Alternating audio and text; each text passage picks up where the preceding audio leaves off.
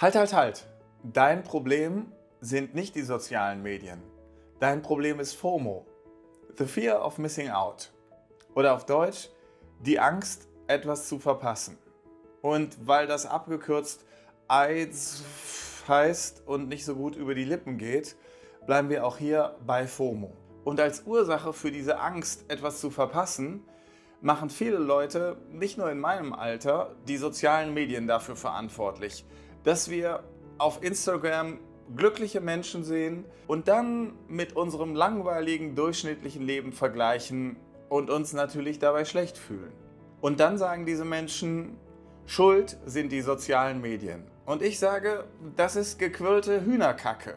Das ist total falsch, meine Meinung. Und das Gegenteil ist richtig. Aber erst einmal zur gängigen Lehre, die alle nachplappern.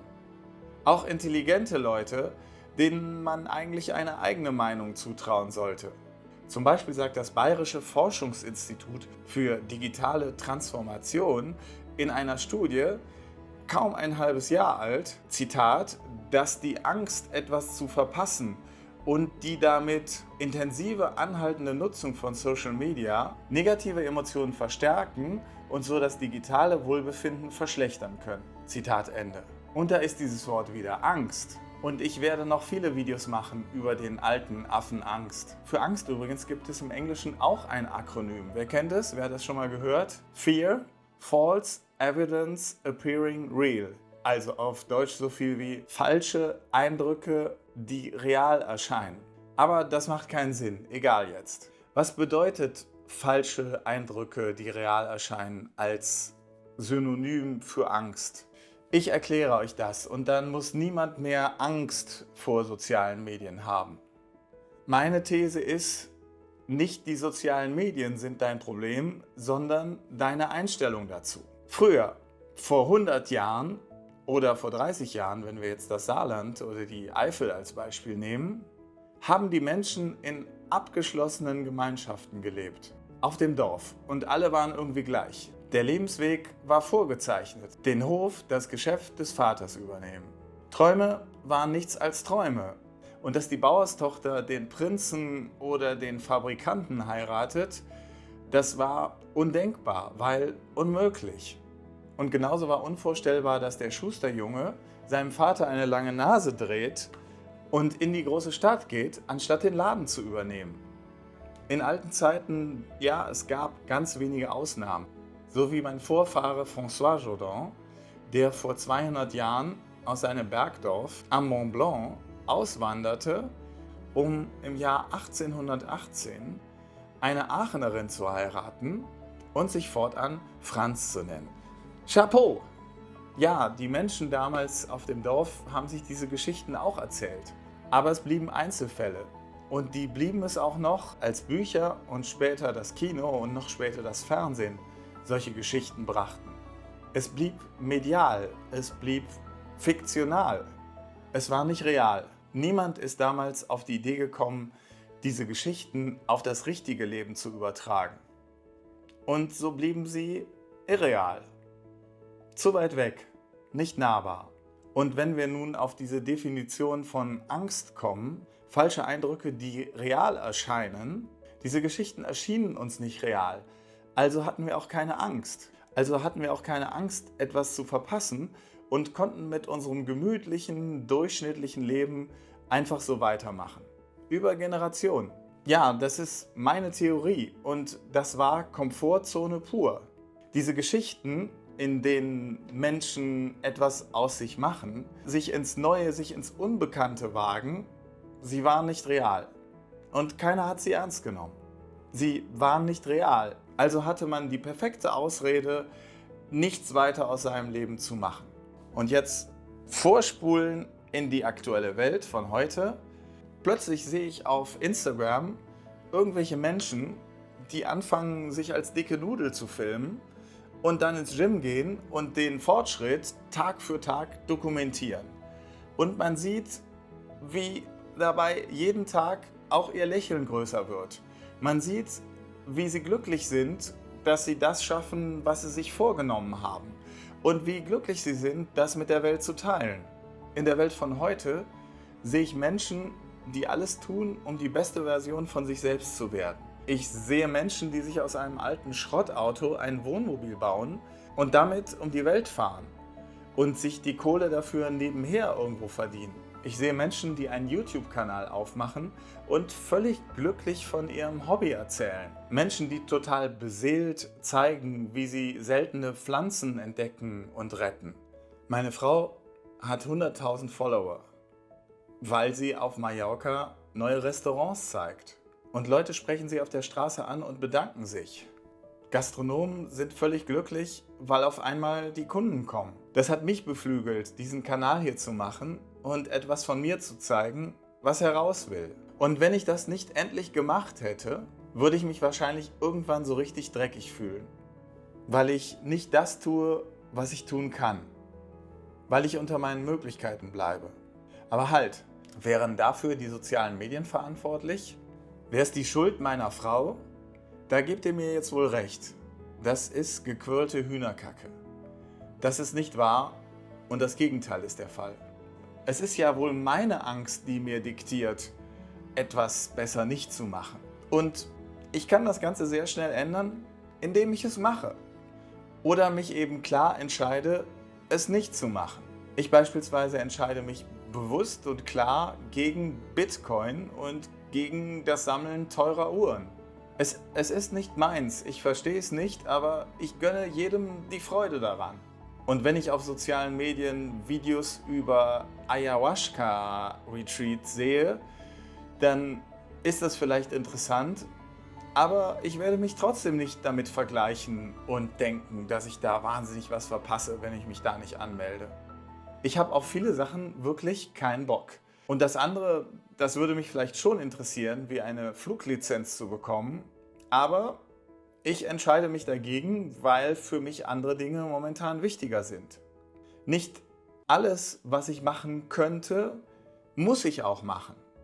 Es ist eine Entscheidung, es passiert im Kopf.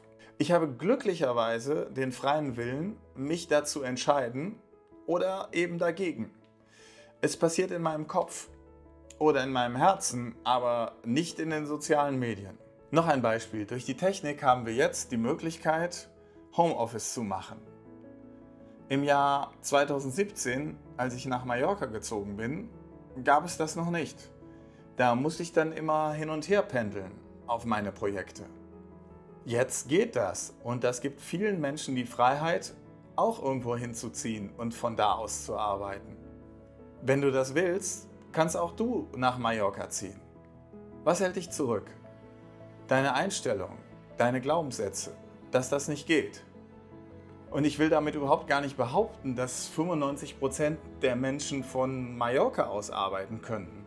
Aber was stimmt, ist, dass 95% ein durchschnittliches Leben leben und unter ihren Möglichkeiten bleiben.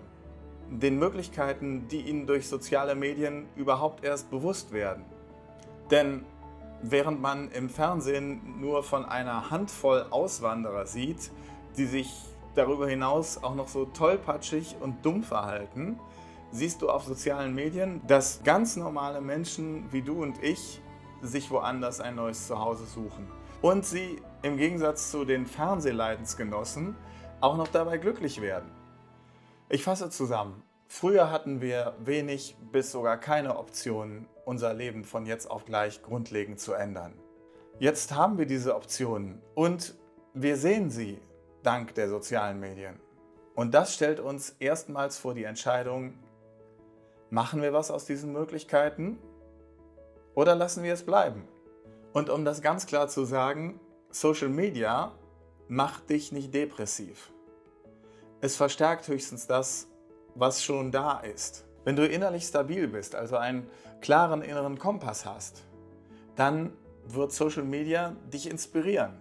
Aber wenn du ein unsicheres Fähnlein im Wind bist, was überall hinflattert, wenn du keinen Plan hast, was du willst und was du nicht willst, dann kann es tatsächlich sein, dass du durch Social Media in ein tiefes Loch fällst.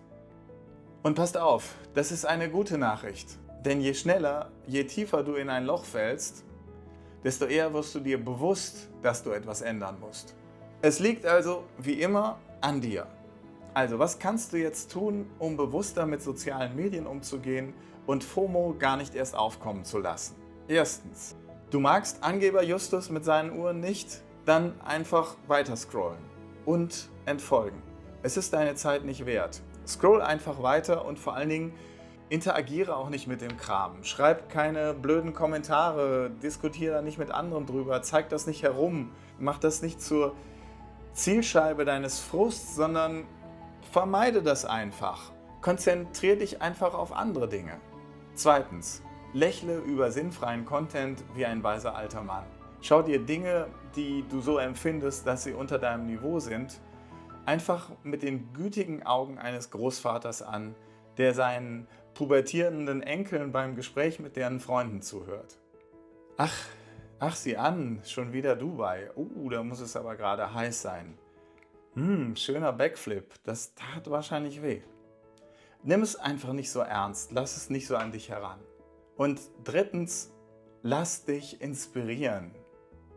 Es gibt so vielen guten Content in den sozialen Medien. Du musst ihn nur finden. Finde Content von Leuten, von denen du etwas lernen kannst. Ja, und wie du auch im realen Leben nach guten Freunden oder guten Büchern manchmal lange suchen musst, das gilt für soziale Medien auch. Viertens, nutze soziale Medien aktiv, nicht passiv. Das ist wie dieses Rumgeseppe am Fernseher. Einfach so rumscrollen, das macht einen müde. Wie bei allem ist die Dosis entscheidend. Nutze soziale Medien bewusst und aktiv und vor allen Dingen begrenzt und schon gar nicht vor dem Einschlafen. Und fünftens, vergiss das wahre Leben nicht.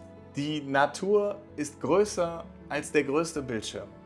Natürlich, es gibt diese VR-Brillen und ich habe auch welche davon, aber im richtigen Leben hast du nicht nur 360 Grad Blickfeld, sondern spürst du den Wind, riechst das Essen und fühlst den Sand unter deinen Füßen und Salz auf deiner Haut. Real Life Rules. Also, raus mit dir. So, mein Lieber, du kannst das Ruder rumreißen. Du kannst Social Media zähmen und für dich nutzen. Es beginnt mit deiner Entscheidung, bewusst damit umzugehen und es als Inspiration für das echte Leben zu nutzen. So, was hältst du davon? Schreib es in die Kommentare und gib mir ein Like und abonniere meinen Kanal. Das bedeutet mir sehr viel, dass mein Kanal wachsen kann.